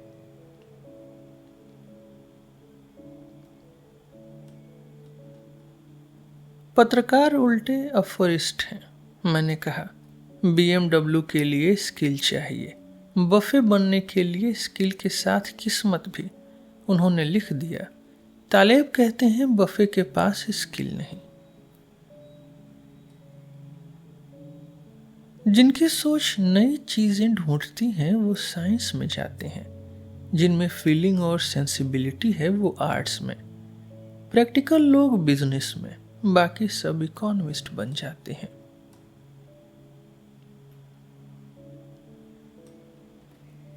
पब्लिक कंपनीज इंसानी सेल्स की तरह खुद को खत्म करने के लिए बनी होती हैं, कर्ज और छुपे रिस्क से। बेलआउट्स इस प्रोसेस को हिस्ट्री बना देते हैं।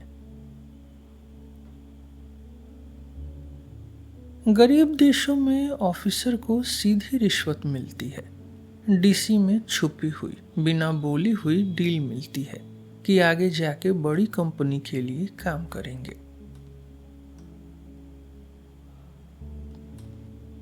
किस्मत सबसे ज्यादा जालिम तब होती है जब कोई बैंकर गरीबी में पहुंच जाता है।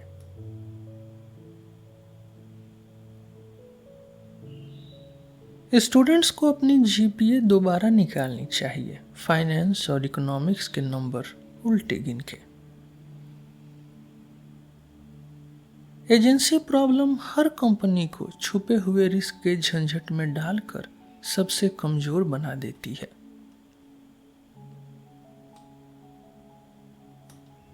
पॉलिटिक्स में हमेशा दो चुने, एक तरफ जंग पसंद नेशन स्टेट की पूजा करने वाले बड़े बिजनेस के एजेंट, दूसरी तरफ बिना रिस्क देखे टॉप डाउन चलने वाले बड़े बॉस के नौकर।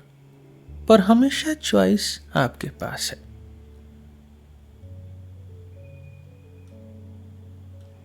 The sage, the weak and the magnificent.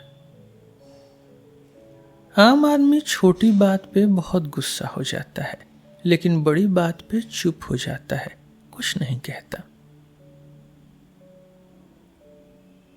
Alpha male का एक ही मतलब है, जो बनना चाहोगे कभी बन नहीं सकते। जिसको कुछ साबित नहीं करना, वो कभी नहीं कहता कि उसको कुछ साबित नहीं करना।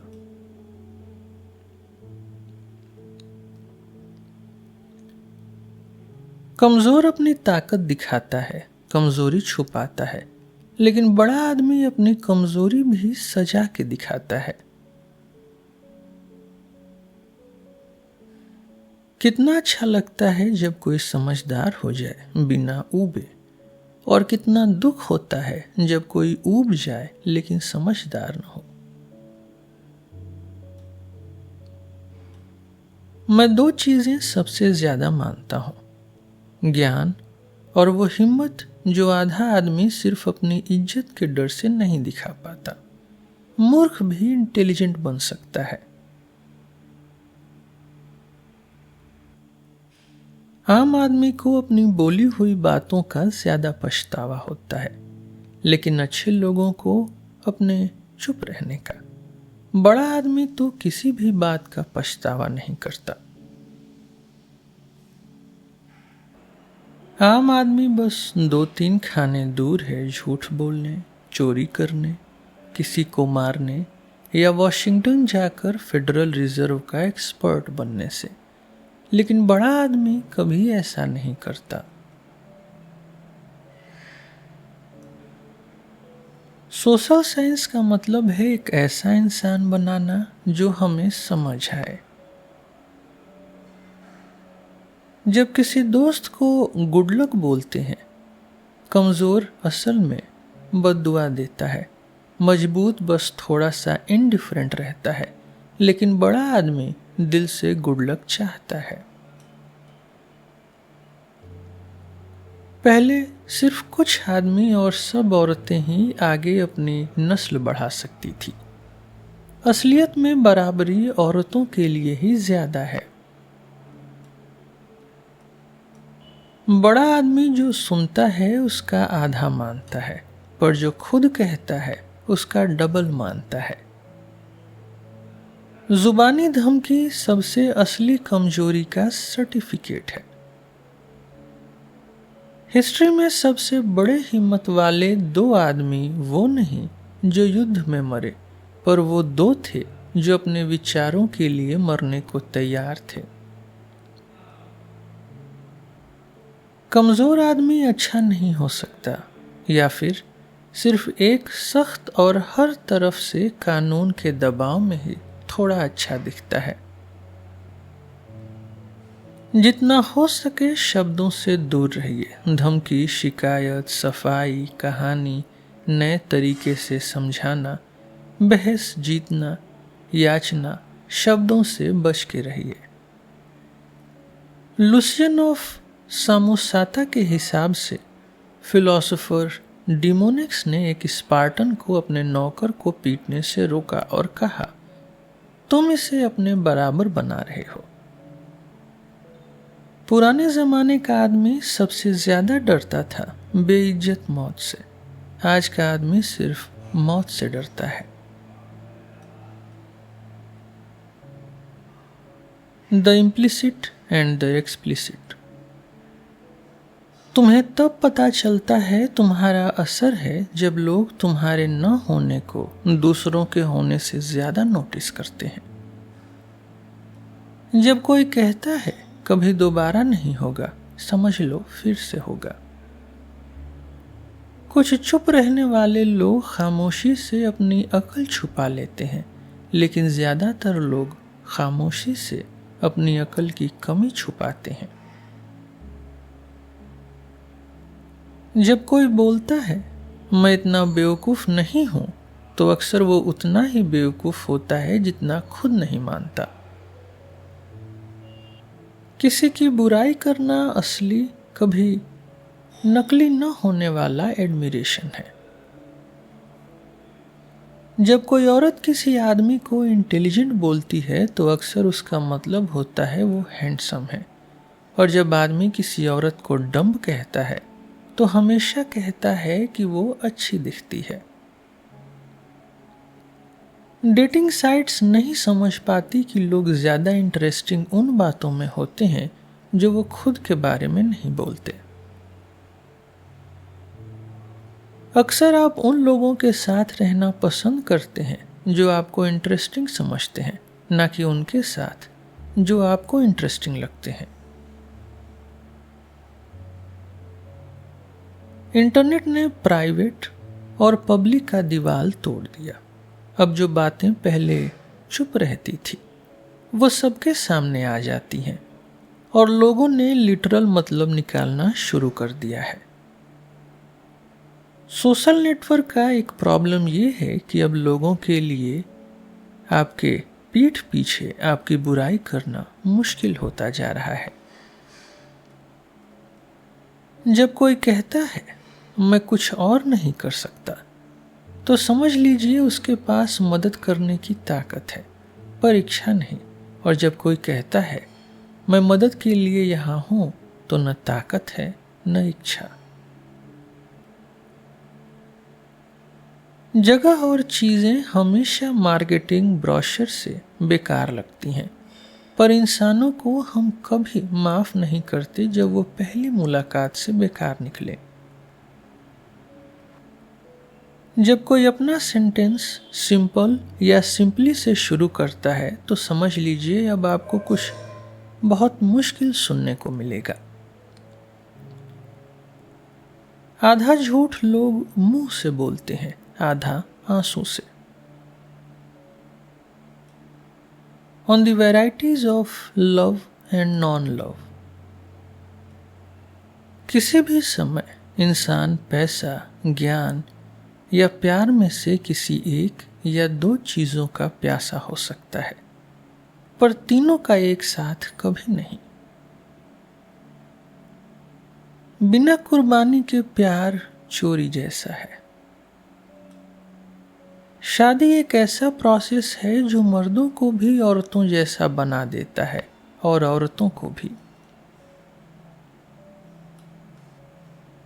कुछ मर्द अपने आसपास औरतें और पैसा सिर्फ दिखावा के लिए जमा करते हैं, कुछ बस अपनी खुशी के लिए। ये दोनों अक्सर एक जैसे नहीं होते। दोस्ती और प्यार के अलावा जिंदगी में ऐसी सिचुएशन मिलना बहुत मुश्किल है जहां दोनों ही बेवकूफ बने हों। मैं एक सिंपोजियम गया जिसका नाम एक पुराने ग्रीक पार्टी पे रखा था, जहां नॉन नर्ड लोग प्यार पे बात करते थे, लेकिन न तो वहां पीने को था न किसी ने प्यार पे बात की। आपको सबसे ज़्यादा ध्यान उन लोगों से मिलेगा जो आपसे नफरत करते हैं। कोई दोस्त, एडमायरर या पार्टनर आपको उतनी क्यूरियोसिटी से नहीं देखेगा। जब कोई जवान लड़की एक उबाऊ लेकिन अमीर आदमी से जुड़ जाती है तो वो सच्ची में सोच सकती है कि उसको उस आदमी का कोई एक खास बॉडी पार्ट जैसे नाक, गर्दन या घुटना बहुत पसंद है। अच्छा दुश्मन आपका सबसे लॉयल, सबसे प्रेडिक्टेबल और समझदार आदमी के लिए सबसे काम का होता है। तुलना में सबसे अच्छा एडमायरर भी इतना यूजफुल नहीं होता। अगर मेरे दुश्मन मुझे और अच्छे से जानते तो वो मुझसे और ज्यादा नफरत करते। The end. जो प्लेटोनिक सोच वाले लोग हैं वो जिंदगी को फिल्म की तरह देखते हैं जिसमें एकदम से सब कुछ खत्म हो जाता है, लेकिन जो अप्लेटोनिक सोच वाले हैं वो फिल्म को जिंदगी की तरह देखते हैं और मौत जैसे कुछ फाइनल चीजें छोड़ के बाकी सब एंडिंग पे भरोसा नहीं करते। आज के लिए बस इतना ही। हम फिर मिलेंगे आपसे एक नए एपिसोड में एक नई बुक के साथ। मेरा नाम है रोहित और आप सुन रहे थे सिलेबस विथ रोहित। धन्यवाद।